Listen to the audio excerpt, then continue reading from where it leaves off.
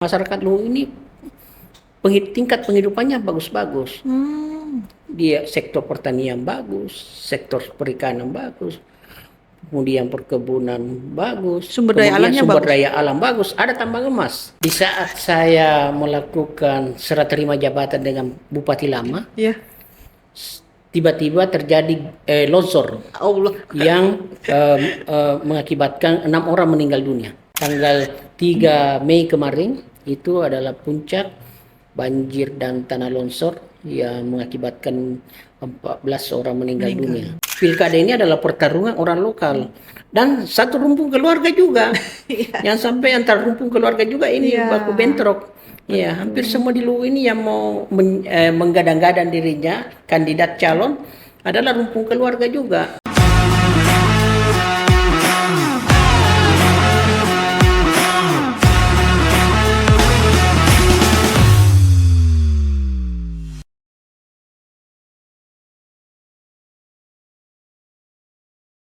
Sahabat UKI, di studio kali ini sudah hadir tamu kita, istimewa. Beliau adalah pejabat Bupati Luwu, Sulawesi Selatan. Kita sapa tamu kita, Bapak Haji Dr. Andes, Bapak Dr. Andes Haji Muhammad Saleh MSI. Assalamualaikum warahmatullahi wabarakatuh. Waalaikumsalam warahmatullahi wabarakatuh, Mbak Dita. Terima kasih banyak Pak sudah hadir di sini. Iya, terima Nih, kasih sahabat Tuki yang dimanapun berada. Selamat siang. Mudah-mudahan kita semua dalam keadaan sehat, kita bahagia terus. Amin ya rabbal alamin. Itu penting Pak. Bahagia dan sehat selalu. Pak, ini nanti mau ada kegiatan ke Jakarta ya? Alhamdulillah hari ini berkesempatan transit di Makassar untuk melanjutkan perjalanan ke Jakarta dalam rangka menghadiri penerimaan penghargaan Universal Health Conference UHC. Dan alhamdulillah Kabupaten Luwu yang selama ini kami begitu masuk menjadi penjabat Bupati Luwu, yang pertama saya tanyakan adalah bagaimana masyarakat, bagaimana apakah pengobatan masyarakat ini bisa tercover semua. Ternyata yang menjadi tantangan bahwa Luwu belum UHC, makanya saya melakukan koordinasi dengan Kementerian Kesehatan dan Kementerian Sosial untuk mempercepat UHC ini, sehingga kami juga terbantu oleh Kementerian Sosial terkait dengan pendataan PB1 ini, sehingga alhamdulillah saya bulan kemarin sudah memproklamirkan untuk UHC dan kami sudah diapresiasi oleh pemerintah pusat, diberi penghargaan dan insya Allah besok akan diserahkan oleh Wakil Presiden Indonesia. Selamat ya Pak. Ya, terima kasih Mbak Nita. Ya, Pak, sebelum kita jauh bicara tentang Luwu dan bagaimana pengalaman selama menjadi penjabat ya, mungkin kami ingin tahu sebelum Bapak sebagai penjabat di Luwu, Kabupaten Luwu, sebelumnya Bapak saya tahunya di pemerintah provinsi ya. Bapak bisa cerita? Jadi saya ini adalah anak desa, anak petani, dan bukan dari kalangan pejabat. Orang tua saya adalah petani, kemudian keluarga tidak ada yang menjadi pejabat. Jadi saya ini bersyukur sejak memang di pendidikan kami alhamdulillah diterima di sekolah kedinasan APDN waktu itu. Kemudian karena dulu itu kalau dibilang APDN itu selalu berkonotasi bahwa itu sekolah camat. Makanya orang tua dia bilang harus sekolah di situ. Orang sekolah di situ karena kita ini rumpun keluarga tidak ada yang jadi pejabat pemerintahan. Makanya didorong terus untuk masuk di APDN. Akhirnya alhamdulillah diterima di APDN, kemudian melanjutkan pendidikan di Institut Pemerintahan dan ditempatkan sebagai pegawai kecamatan di Kabupaten Bone. Itu awal karir ya? Awal karir di Kabupaten Bone sebagai staf kecamatan, kantor camat, yang pada saat itu gajinya hanya 55.000.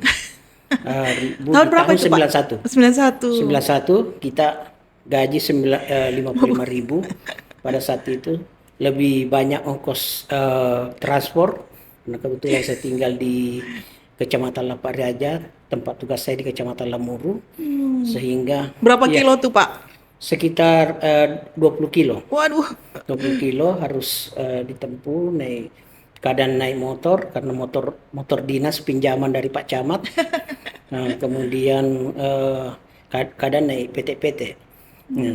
Alhamdulillah setelah itu ditarik oleh kebetulan camat saya waktu itu ditarik ke kabupaten, saya ikut juga ke kabupaten. Setelah itu melanjutkan pendidikan di IUP dan melalui perjalanan perjalanan panjang di karir birokrasi itu, saya mulai dari nol, pernah jadi kepala desa, pernah jadi sekja, pernah jadi camat, Wah, luar biasa. pernah jadi kepala bagian umum, asisten, kepala kesbang, pernah jadi sekretaris Bapeda provinsi. Akhirnya tahun 19. 2017 Oh, 2017. saya memberanikan diri untuk hijrah ke Makassar. Dan sebelum itu saya pernah bertugas di pulau terluar Kalimantan Utara, Kaltara. Saya waktu itu, saya ini soalnya pernah tidak terpakai di Bone. Nah, dalam artian sering orang bilang korban politik. Saya bilang bukan saya korban politik, ini memang tidak sejalan. Kemarin saya dengan loyalitas kepada pimpinan yang pada saat itu. Saya ikut sama pimpinan yang lama, kemudian tidak terpilih, kemudian saya tidak terpakai di Bone. Saya beranikan hijrah, hijrah ke Kalimantan Utara. Dan diberi tugas sebagai sekretaris Bawaslu Provinsi Kalimantan Utara pada saat itu. Kurang lebih tahun 2017. 2018 2019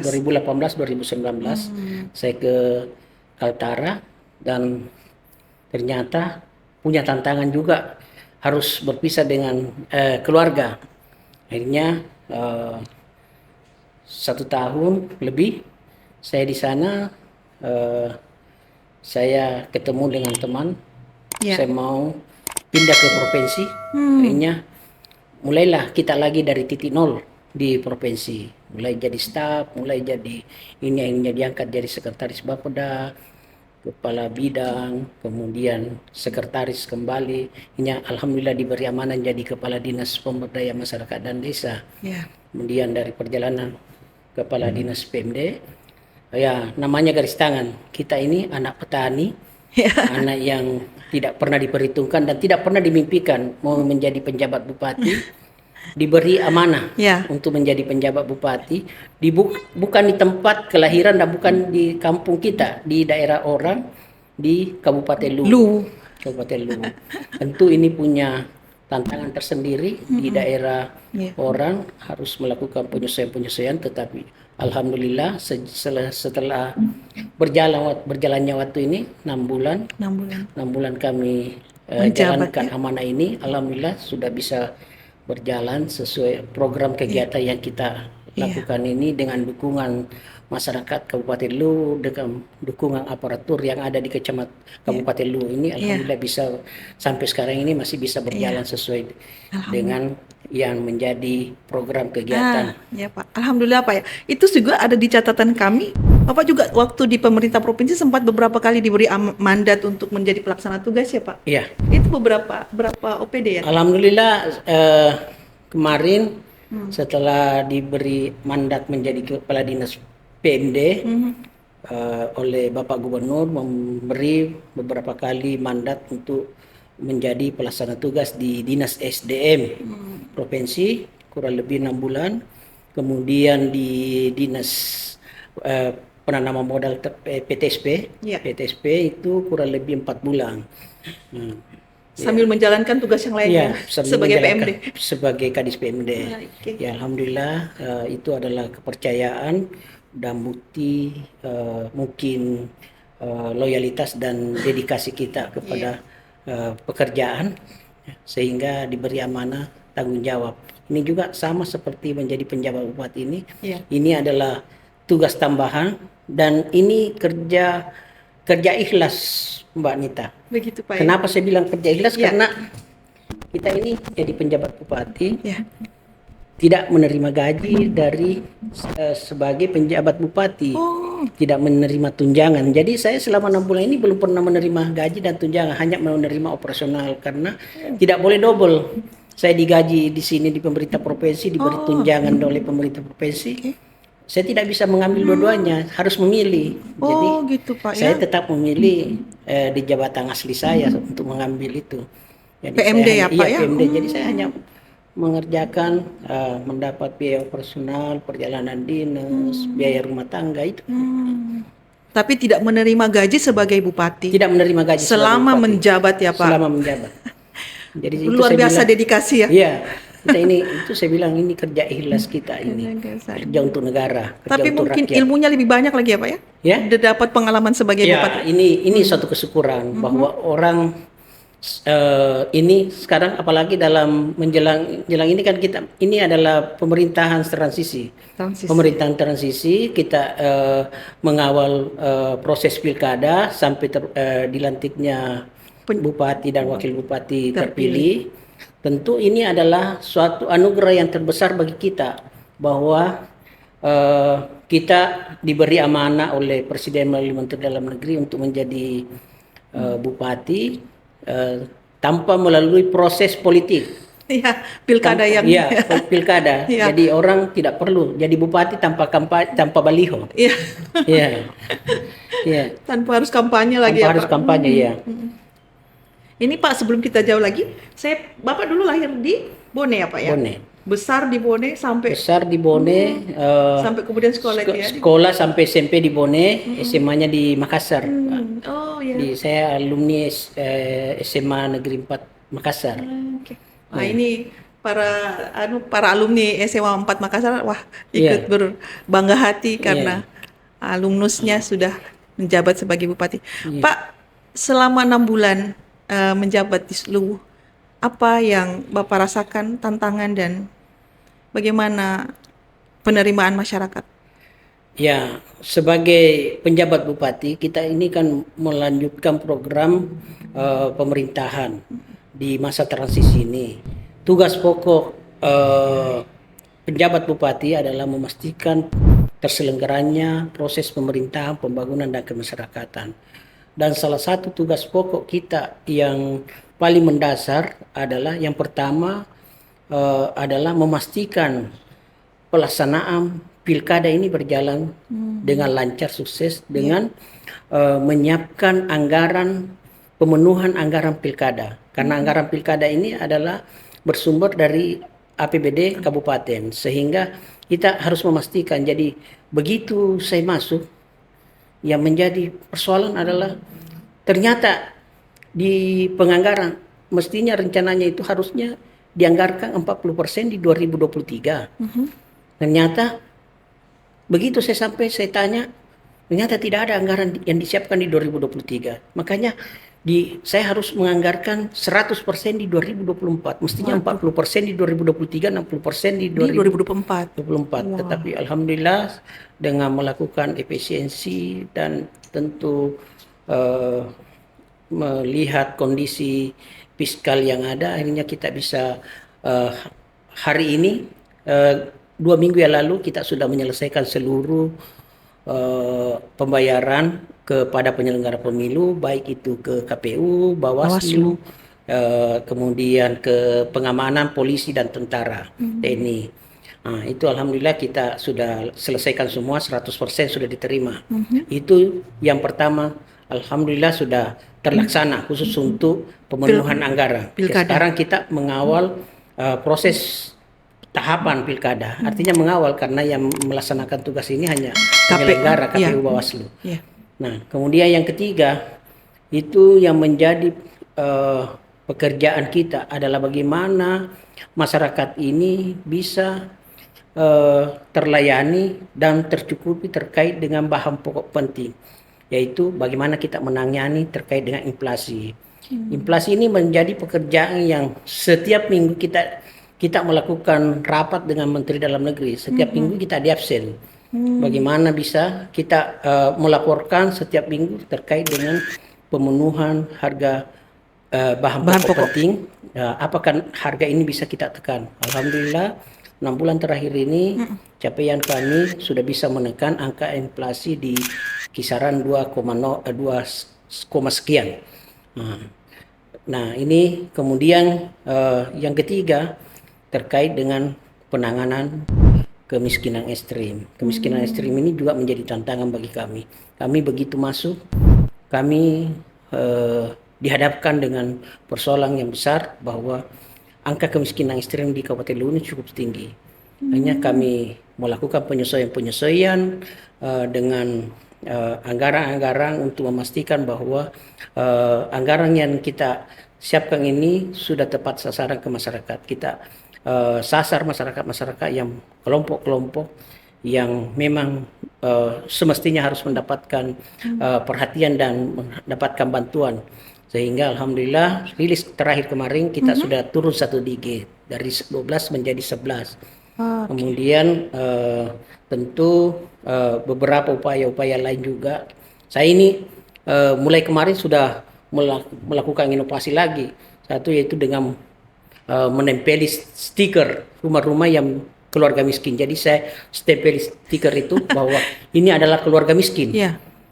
Tujuannya apa, Tujuannya apa? Supaya ini masyarakat kan saya dalam hati saya angka ini saya tidak percaya kalau Kabupaten Luwu dengan 11% ini. Saya bilang karena kemiskinannya. Karena kalau saya melihat potensi yang ada, potensi perikanan, perkebunan, perikanan, pertanian, ini cukup besar. Kok bisa dan sampai ke miskin ekstrim itu? Miskin ekstrim ini. Nah, ternyata setelah kami melakukan penempelan ini banyak yang keberatan. Nah, kalau dia keberatan ditempeli bahwa dia masyarakat miskin, berarti hanya dia membutuhkan bantuan, tetapi dia tidak mau dikatakan miskin. Akhirnya saya kasih tanda tangan dia bahwa kalau kau keberatan, tanda tangan bahwa saya saya tidak mau dikatakan miskin, ya saya kasih keluar dia dari data DTKS penerima bantuan. Nah, kemudian yang ketiga terkait dengan stunting.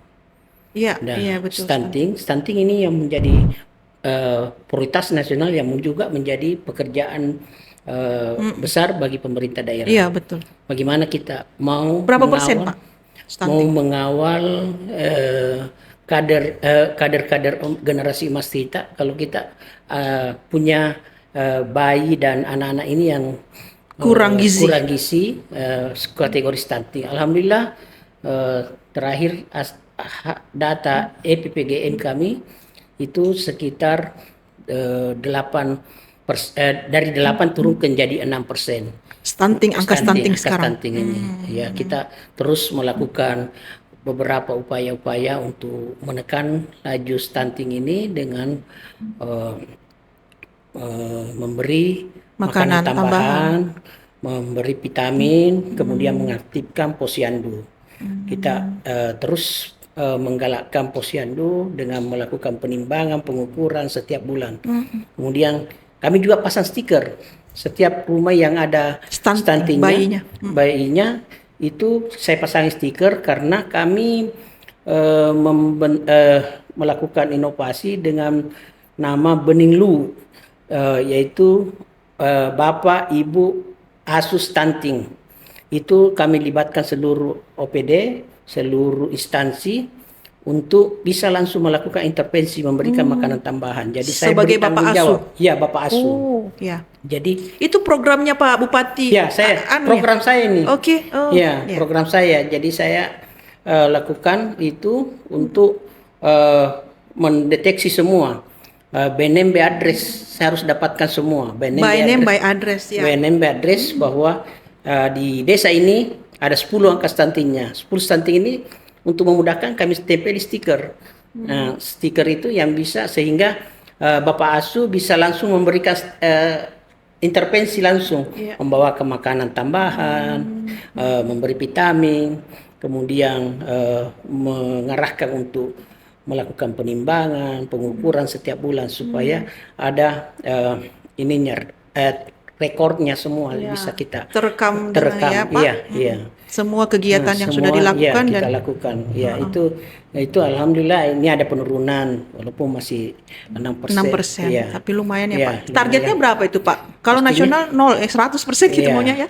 iya Nol. mestinya zero kan Iya, kita. zero, iya Iya, betul. kita targetkan, tetapi ya namanya begini kan pasti Bu, karena pasti banyak banyak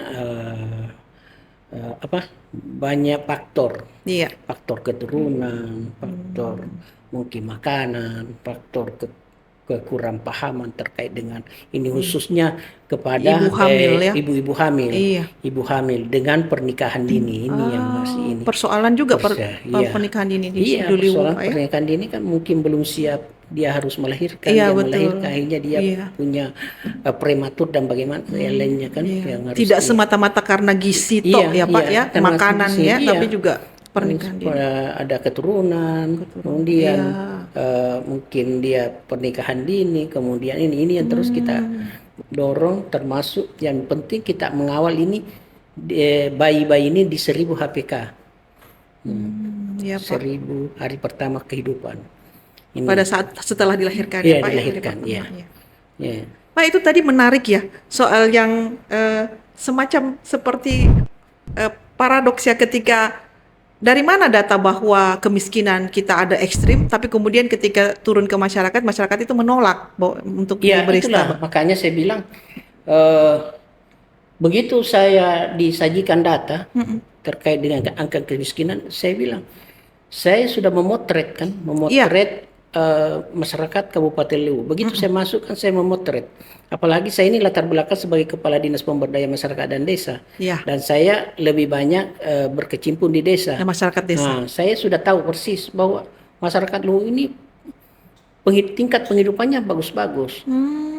Dia sektor pertanian bagus, sektor perikanan bagus, kemudian perkebunan bagus, Sumber daya alamnya sumber bagus. daya alam bagus, ada tambang emas. Ada tambang emas di Luwu, sementara sekarang baru sementara eksploitasi. Bahkan ada masyarakat menambang di daerah pesisir sungai itu, ada yang menambang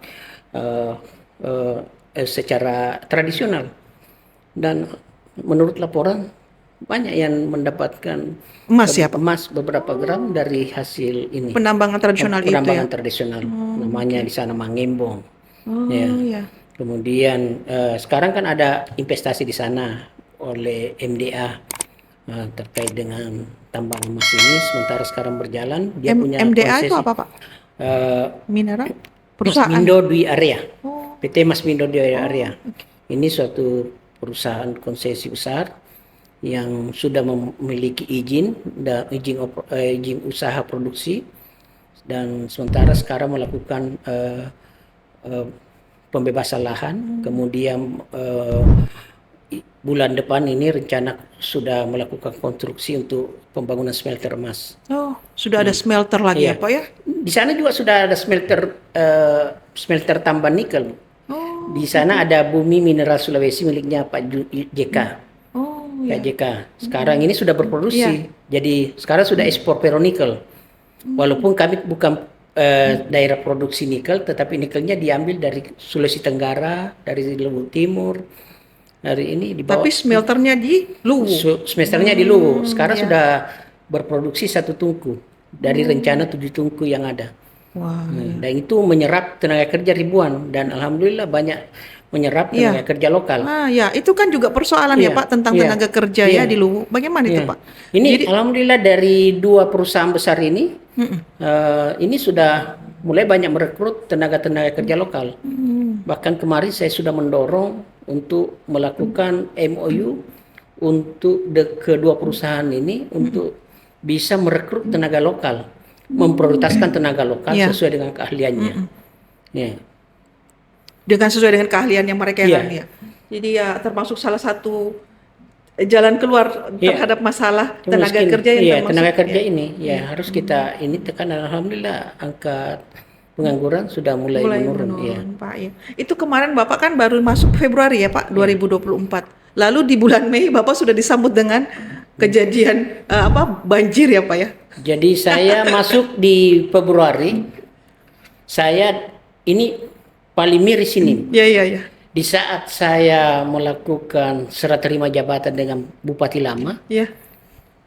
tiba-tiba terjadi longsor Allah. yang mengakibatkan 6 orang meninggal dunia.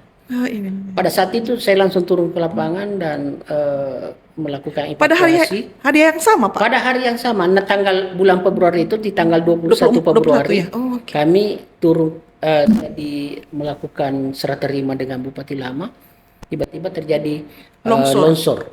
Dan itu di daerah mana, Pak? Di daerah Bastem Utara, di Kecamatan Bastem Utara.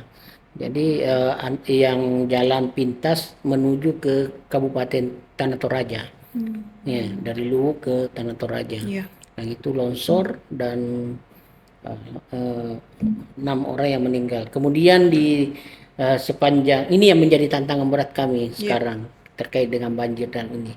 Tadi malam masih lagi banjir. Jadi tanggal 3 Mei kemarin itu adalah puncak banjir dan tanah longsor yang mengakibatkan 14 orang meninggal dunia. Ya. Itu kan ini persoalannya apa sih, Pak? Sampai banjir-banjir di Luwu tak bisa seperti sulit tertangani. Yang menjadi persoalan termasuk mungkin adalah persoalan lingkungan. Ya, deforestasi apa ya? Iya, karena saat ini banyak sekali terjadinya pengundulan hutan akibat karena ada beberapa pembukaan lahan pertanian perkebunan di atas di daerah hulu sehingga tidak ada lagi yang menampung hujan. Tetapi walaupun juga demikian memang kondisi alam di Kabupaten Luwu ini memang karena kita ini ada 3 dimensi pegunungan, daratan dengan pantai. Ini sangat dekat.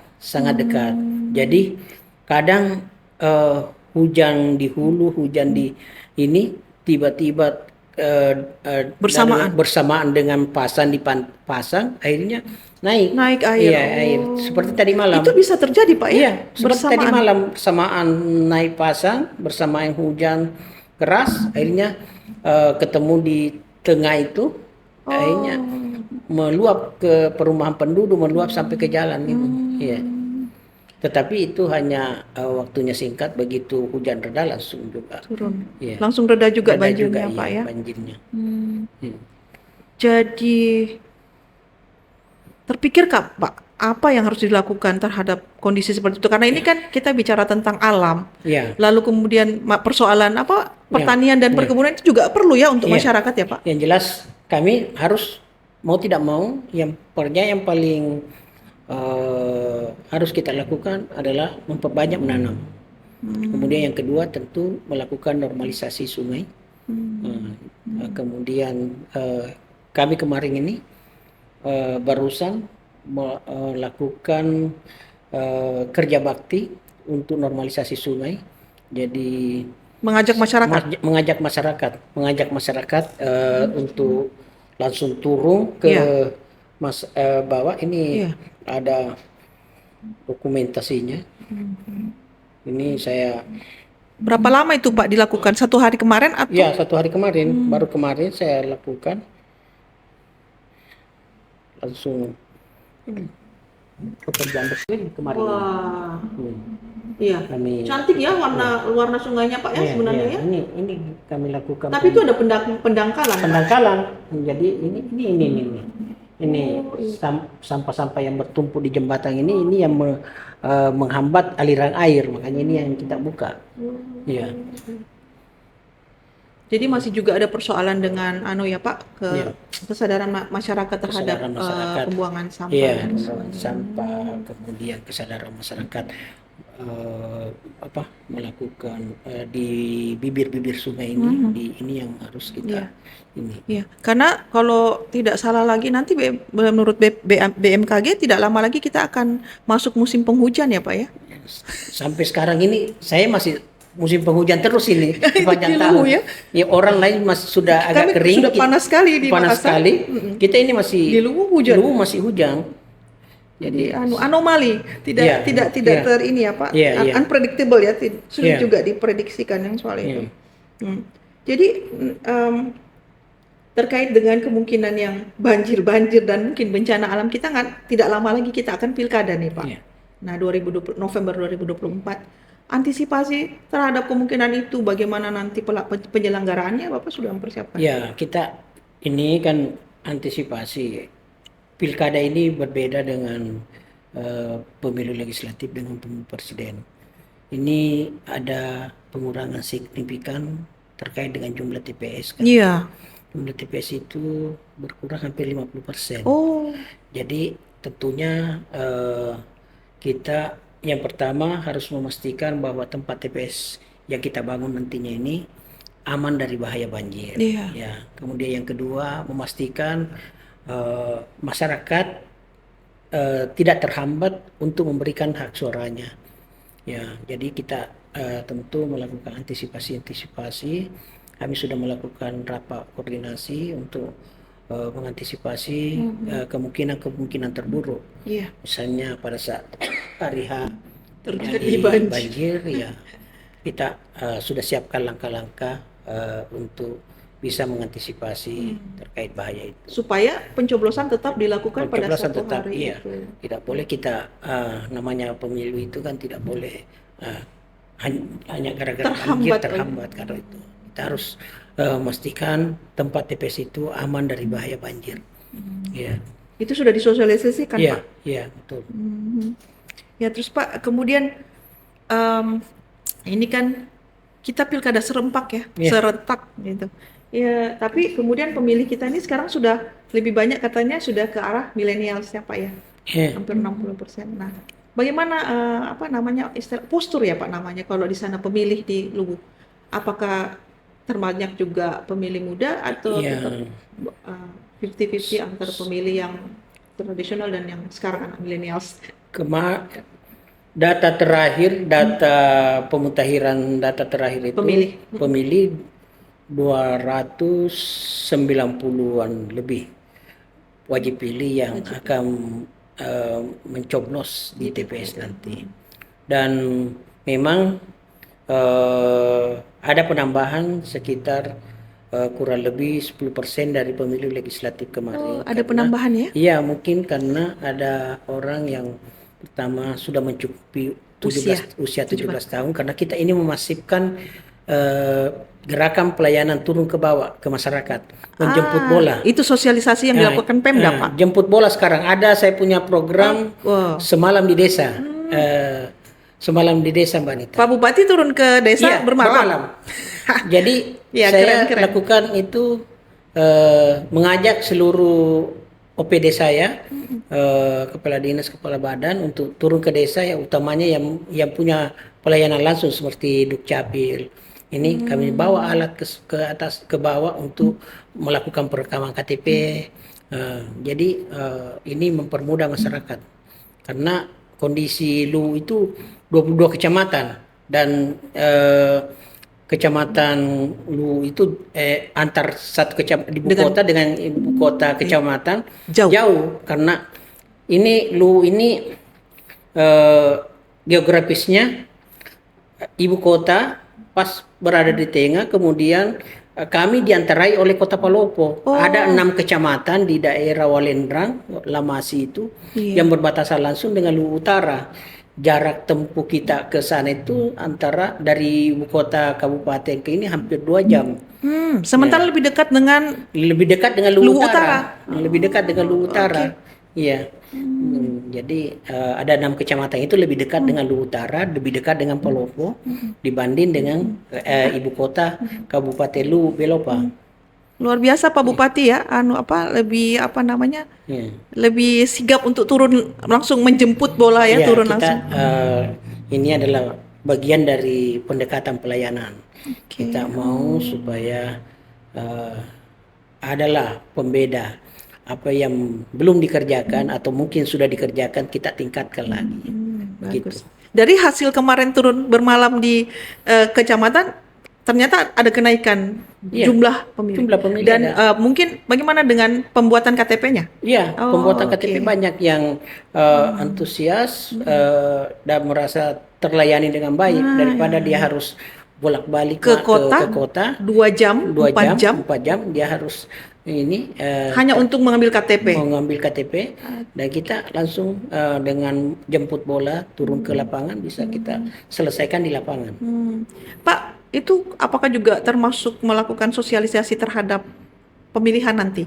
Karena nanti Iya. ini kan banyak pemilih pemula kan, Pak ya? Iya. Nah, Tentu kita lakukan sosialisasi dalam batas bahwa kita memberi pengetahuan kepada pemilih untuk berpartisipasi dalam pemilihan. iya. Bukan dalam konteks bahwa kita mensosialisasikan calon. Kita karena ini aparatur sipil negara harus netral. Mbak. Ya, itu juga Iya. pertanyaan saya, bagaimana Bapak menjaga netralitas Iya. ASN? ASN ini kita ini kan punya rambu-rambu, punya aturan. Iya. ASN ini harus netral, aparatur ini harus netral, TNI, Polri, ASN harus netral. Jadi kan kita mengawal agar walaupun di dalam diri ASN itu ada hak pilih kan, tapi kan dia tidak boleh Secara terang-terangan. terang-terangan mengkampanyekan seseorang pasangan calon. Tetapi kan sekarang belum ada pasangan calon.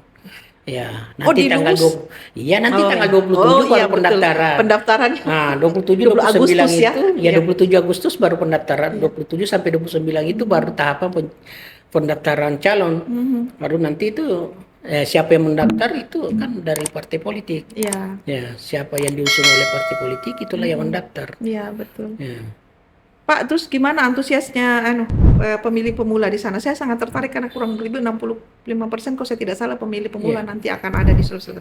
Bagaimana supaya bisa menghasilkan minimal 80% pemilih? Bapak bisa yakin? Insya Allah dengan upaya-upaya yang kita melakukan sosialisasi ke sekolah, kita sosialisasi ke sekolah, kita dorong juga KPU, Bawaslu untuk melakukan sosialisasi kepada pemilih, khususnya pemilih pemula, ini supaya bisa kita selalu ingatkan kepada pemilih pemula, inilah kesempatan emas pertama kamu menentukan pimpinan daerah. Harus jangan sia-siakan ini. Jangan sia-siakan kesempatan emas untuk menentukan pilihan. 5 tahun ke depan kita bisa lihat lagi apa yang dihasilkan dari dan kita berharap bahwa kita punya rencana pembangunan jangka panjang 2025-2045. Saya sampaikan kepada generasi emas Luwu, saya bilang untuk menjadi Luwu Cemerlang sebagaimana moto kami, Luwu Cemerlang. Luwu Cemerlang. Ini di tangan generasi milenial sekarang untuk membawa 20 tahun ke depan ini. Harus generasi emas ya, Pak. Generasi emas. 2045 kan 100 tahun Indonesia merdeka, harus menjadi generasi emas di 100 tahun. Ini kita sudah bukan lagi generasi emas. Setelah ini kita sudah mundur. Saya masih ada 5 tahun insya Allah pengabdian sebagai ASN. Ya, kalau masih diberi mandat amanah ya kita akan bekerja maksimal. Terus Pak, ini kan sempat saya baca juga, sebelum ada pendaftaran pencalonan itu sempat ada semacam sedikit clash ya, Pak ya? Sedikit yang tentang itu yang di KPU. Itu kemungkinan akan ada terjadinya potensi konflik ketika pada saat pilkada, ada persiapan, Pak?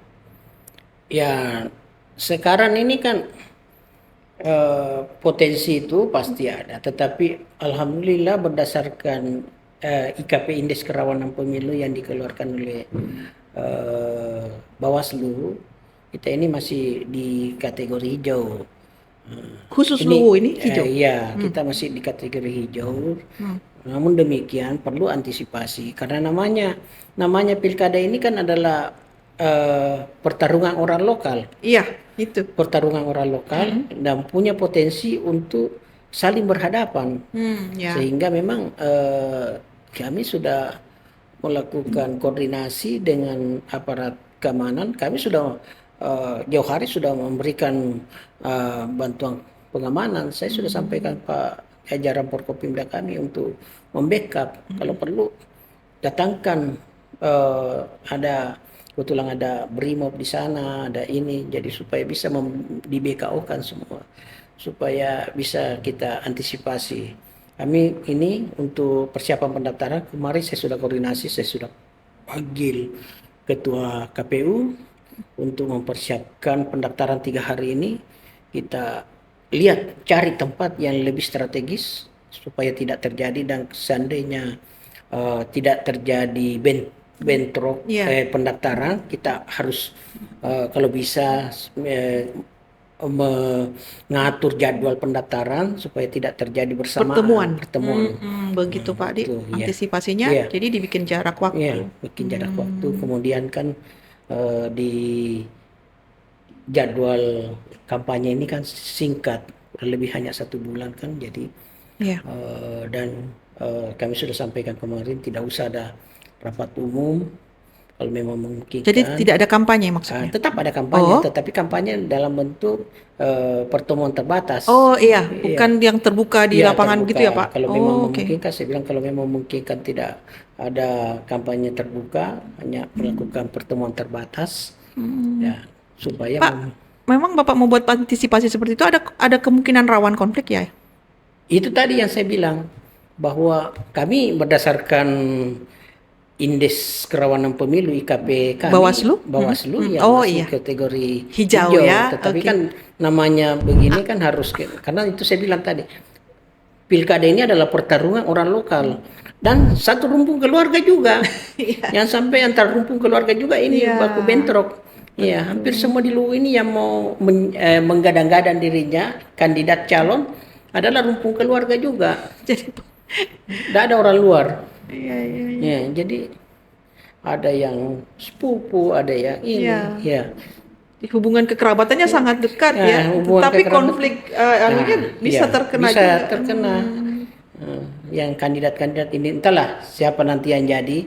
Tanggal 27 sampai 29 yang menentukan siapa yang menjadi calon bisa memikat partai politik. Karena satunya jalur sekarang kan partai politik sudah tidak bisa lagi independen ya Pak. Jadi siapa yang bisa memikat partai politik, itulah yang menjadi calon Bupati Luwu. Ya, apakah 2 pasang, 3 pasang, atau 4 pasang? Atau 1 pasang? 1 pasang mungkin enggak. Oh gitu ya. Tidak ya, kemungkinan 2 sampai. Kemungkinan 2, 3, 4 bisa. Di Luwu ya? Iya, di Luwu. Pak, terus kemudian kalau sejauh ini apa yang selama proses Bapak melakukan sosialisasi, termasuk misalnya sudah memenuhi 100% untuk kebutuhan anggaran untuk pilkada, apalagi tantangan yang Bapak rasakan dalam persiapan pilkada ini? Ya tentu tantangan terberat itu bagaimana menjaga kondusivitas penyelenggaraan pemilu bisa berjalan aman dan damai. Ini yang sangat tentu memerlukan penanganan, mulai dari pendekatan ke tokoh masyarakat, tokoh agama, tokoh pemuda, kemudian pendekatan kepada tentunya dengan di backup oleh kekuatan TNI Polri. Keamanan ya Pak ya. Saya lihat Bapak dari tadi perbincangan kami, saya lihat Bapak sangat proaktif dalam berusaha untuk membangun hubungan yang kepada masyarakat dan kepada Forkompinda ya Pak ya. Jadi, saya ini Mbak. Saya ini membangun jaringan, membangun komunikasi ini non formal, lebih banyak di warung kopi. Gitu ya. Saya bilang ini saya kalau ada orang yang mau audiens, saya bilang kita audiens di warung kopi aja, lebih santai. Begitu ya. Jadi saya bilang orang di sana, saya ini kayak makan obat, 3 kali 1 masuk di warung kopi. Untuk bertemu dengan membangun jaringan itu ya. Jadi dan kemudian dengan masuk di warung kopi juga berarti menumbuhkan ekonomi masyarakat, karena saya pindah-pindah tempat. Otomatis orang belanja di situ. Orang belanja di situ. Dan bagaimana respons masyarakat? Alhamdulillah bagus. Jadi masyarakat merasa bahwa ini Pak Bupati ini lebih dekat ya. Lebih dekat. Lebih mudah. Lebih mudah berkomunikasi. Saya bilang dimanapun, saya juga buka. Saya selalu di mana-mana saya bicara, rumah jabatan ini lalu rumah rakyat. Apa yang menjadi persoalan setiap saat bisa masuk. Jadi terbuka 24 jam. Jadi memang di belakang itu saya siapkan tempat untuk lebih banyak ketemu masyarakat. Kemudian insya Allah di momentum momentum Hari Proklamasi ini, 17 Agustus. 17 Agustus ini kami akan membuka lagi sentra kuliner di Pelabuhan Tadate. Sentra kuliner ini kami ini karena saya lihat seperti perputaran ekonomi kita ini, uangnya orang Luwu ini banyak dibelanjakan di Palopo. Orang lebih mau cari kulineran di Palopo karena tidak ada yang ini, sehingga tidak ada tempat di Luwu. Makanya saya buka di pinggir pantai di pelabuhan. Ini saya, dan itu saya gunakan tanpa APBD, Mbak.